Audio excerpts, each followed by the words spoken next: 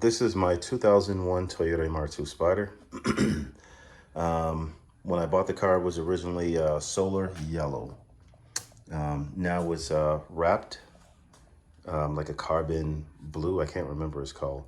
Carbon blue metallic, something like that. KCMF, I think. And I think I may have even gotten a cheaper brand, a brand that was slightly cheaper. I think the other one was a little bit more of a, like a lighter blue. This is more of a dull blue, but outside in the sunlight, oh man, I get a lot of compliments. So I guess I'll make the thumbnail for this video, the whatchamacallit. The thumbnail will be a picture of the car sitting outside. But so wrapping it was not easy. There's some places where you can kind of see, but and some minor imperfections too, but not bad. Eventually I'll paint this matte black to match this down here. Got some paint chips already, but no big deal. I think you got to get close up on it to notice it anyway. Front four lug MR117s. These were the closest wheels that I could get to match the inky Kojins. So I took the inky Kojins off the back of the Toyota Celica, or sorry, off the front of the Toyota Celica, put them on the back of the Spyder. And right now this has the winter wheels all the way around. So some meat on the back of this, 255/35/18. And then I actually had to use the coilovers, BC Racing coilovers, to lift it a little bit to keep these from rubbing. And with me only in the car, it doesn't rub unless I hit like a really hard bump going really fast. But it doesn't rub on corners. Anyway, so keeping with the blue and black theme, I realized that I don't know how to wrap mirrors. So I painted these matte black, and just a rattle can. Came out a lot better than I thought it would, smooth. And then I kind of touched up the rest of this with a black permanent marker. So, and then the same thing around like the edges of the windows and stuff with black permanent marker. So that all came out pretty good. I did not bother trying to cut those out. I hardly ever use the windshield washer fluid anyway. So, but yeah, when I first finished, it was kind of rough. And then after a while, I just kind of took the marker to a few little spots and touched it up, and it came out looking pretty good. A little bit of ripples here. I guess this panel was replaced. So not a huge deal. I wrapped this as best as possible. I have to order gas tank cover, whatever it's called. Little ding right there, like chunk of paint was missing. When I first did this, it was perfect, and I guess over time it bubbled a little bit, but not even really noticeable. So that's the one thing I really like about the matte, is a lot of little tiny imperfections that showed up later don't really show. But anyway, the star of the show with this car is the Kswapped K24 A2. So Japanese TSX motor dropped in here. I did it myself. The reason why the car is on jack stands is because driving, I heard some clunks, and basically this stud was completely sheared off. And so I can show that actually right here. So this was the original bracket that I had on the car, and it basically sheared that stud off. So I tried everything I could to get it out, aside from welding something to it and twisting it out. So I'll do that eventually, and I'll have a spare. But to avoid that happening, what I did do, let me move these out of the way. To keep that from happening again,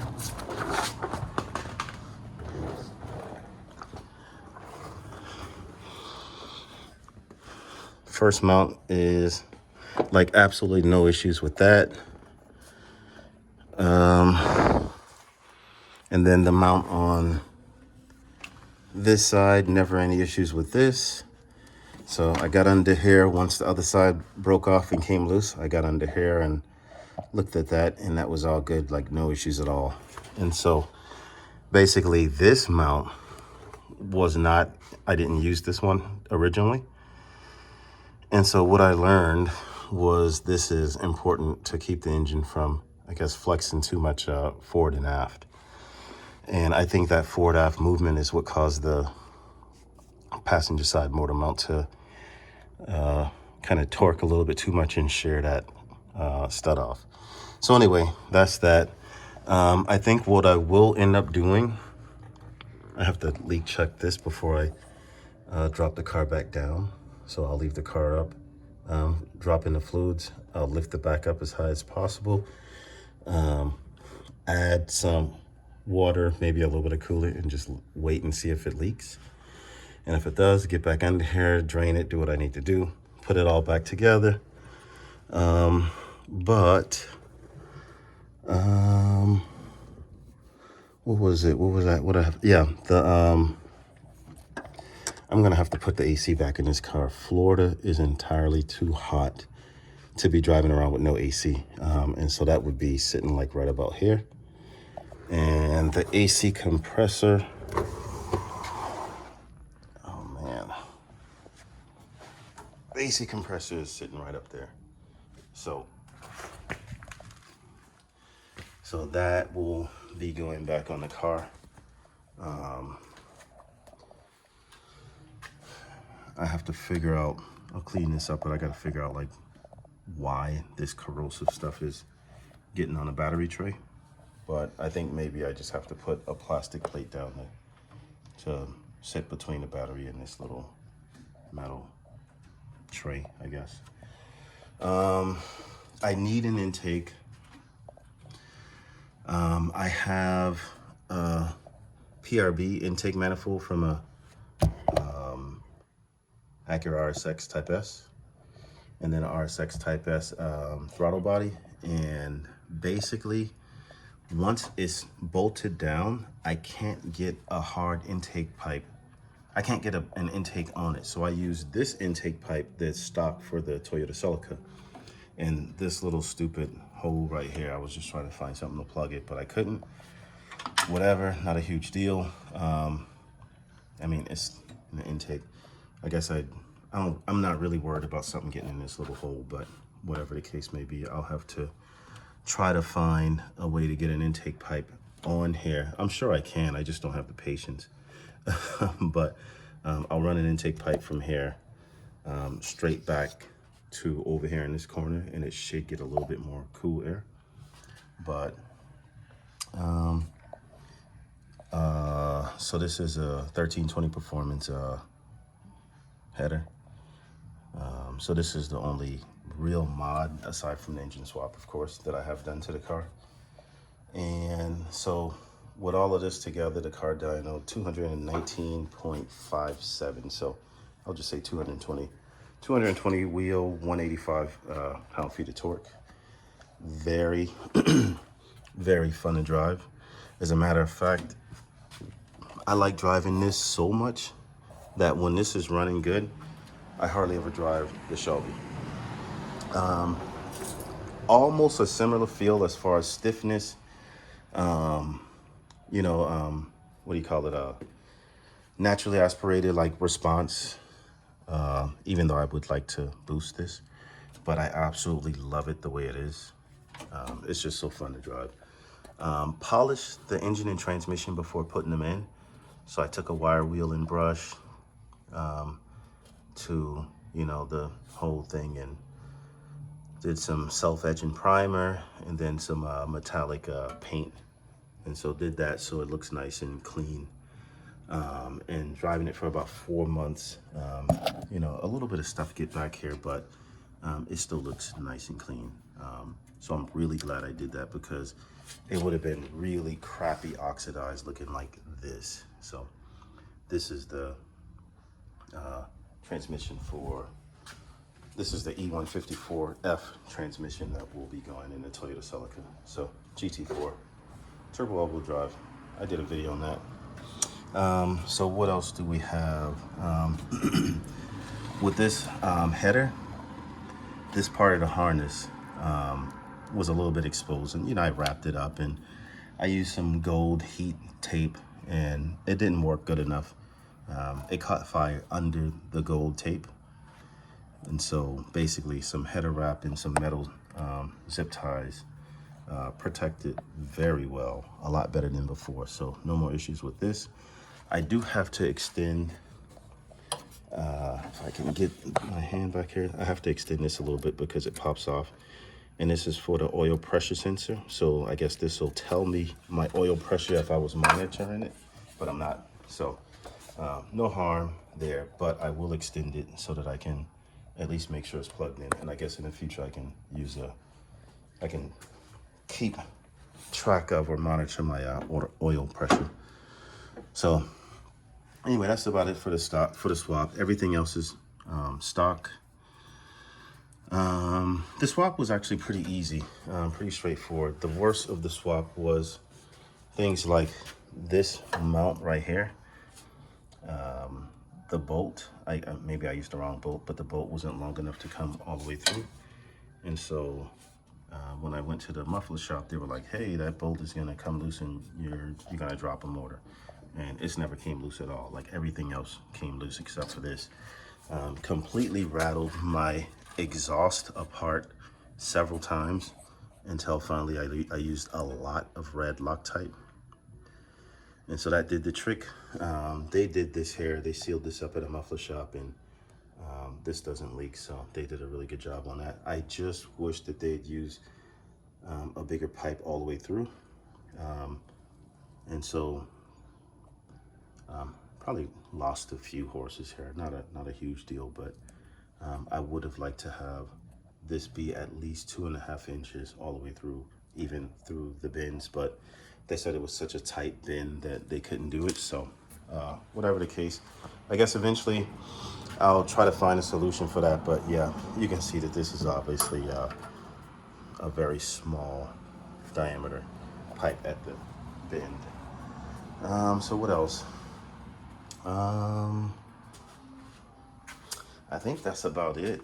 That is about it. I got a skirt on this side, and the other skirt, since I brought this in the garage, I never got around to adding the skirt to this side. 5x100 conversion on the back. I would love to do a conversion on the front, but that would be a pain. I don't know exactly how I'm gonna do it, and I don't want to do a spacer because these wheels right here already fit, I guess, damn near perfect. And this is a 215/45/17, which is big for the front and wide, and so this does rub slightly on really hard cornering and bumps. And so I won't use a spacer on this. I think I already mentioned this is a Kswapped MR2 and this was the closest I could find to match the Inky Kojin. So basically all I did was paint the red ring black with colored it in with a permanent marker. Just kind of went around in circles a lot until it was no longer noticeable. But it gave me the look that I wanted. And so I'll have a picture of this sitting outside in the sun, or at least with more light on it so you can see what the actual color looks like. But very, very awesome car. Like, this is hands down, when it comes to daily driving, this is hands down my favorite. I did do something stupid. I didn't realize it was stupid, but so this is the passenger seat back. I pulled it off the passenger seat, put it on the driver's side. And so they're interchangeable, and had the driver's side on the passenger. And so when I saw this passenger seat at the junkyard, I was like, oh, that's cool. I like the all dark look. So pulled my seat out You know, I drove this car to the junkyard, pulled my seat out, put this seat in, left my seat and seat rail, and come to find out, I got this out of a Toyota Celica. So this is a Celica on the Spyder seat rail. But realized that the Celica seat rail doesn't fit the Spyder. And it's just because, I don't know if I can actually show that. It's because on the Spyder, this little ring right here, it's hard to see, but that little ring is centered on the Spyder, whereas on the Celica it's slightly offset. And the same thing on the other, it's slid back some. But anyway, yeah, so it will not fit, but eventually I'll find, I did find one. I found the whole entire passenger seat for sale. And for some dumb reason, the company will not respond to messages. They just want me to buy it and have them ship it instead of me driving about 20 minutes to pick it up. So I don't know, maybe they'll get my business, maybe they won't, we'll see. Cool find for this car, very cool find. Apparently the subwoofer or the speaker stereo system, whatever in this car, is not great. And so I was determined to find a good solution. And so what I found was this little kicker, 10-inch passive sub 10-inch sub with passive radiator, and threw that in. Did a whole bunch of measuring and stuff before I ordered it. But as long as the top is down, so as long as this is down and locked, the subwoofer is very secure. But once you lift the top up, it's kind of free to move around. So I will have to find a solution, like basically a L-shaped bracket to bolt onto the box and then the bottom of the plastic and hold it into place. And then that way it'll be perfectly in place to where I won't have to worry about adjusting it every time I lift up and put the top down. So, but the sound quality from this, especially with this door removed, is amazing. It's so much better than the way it was before installing the sub. I did replace the door speakers. I think I got a JBL, I can't remember what it's called, but like a 750, whatever. And then I replaced the tweeter also.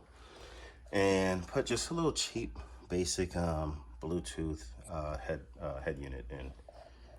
And so I got like Android. Actually, I don't even know if did they advertise Android Auto and Apple CarPlay, whatever. Thought I'd kind of play around with the interior a little bit. And so I wrapped those to kind of bring a little bit of blue from the outside to the inside. So I thought that was kind of cool. I tried to do it one piece and that wasn't working out. So I just kind of wrapped it up like boxer's gloves, you know, just kind of taped it up. And so I cut the vinyl wrap into strips and then just wrapped it. And I think I mean, you look really close at it, it's kind of like, yeah, it's okay. But from a little bit of a distance, it's not bad at all. I actually like it a lot now. I'm glad I did it. And then to go along with that, so very interesting. My legs don't really fit in this car. I'm 6 feet tall. All my height is in my legs. I don't fit in this car with the regular steering wheel. So I got a 300mm steering wheel, which is the same size as a PlayStation. What was it, Logitech G29 steering wheel? I think that's what I have. But yeah, this is the same size as the steering wheel that you would use for a PlayStation or Xbox or whatever. So put that in, and the car feels like a go-kart. The least amount of movement, the car is super responsive. Didn't hook up the horn. I never use a horn. I would rather get out of somebody's way than waste my time trying to push a horn. So to go with the red on the inside, because there was really nothing else I could do with that, I decided to go with a similar stitch on the shift knob and boot. So you know, a little bit of blue, a little bit of red, like whatever. The car's gonna have some red in other places anyway, so whatever the case.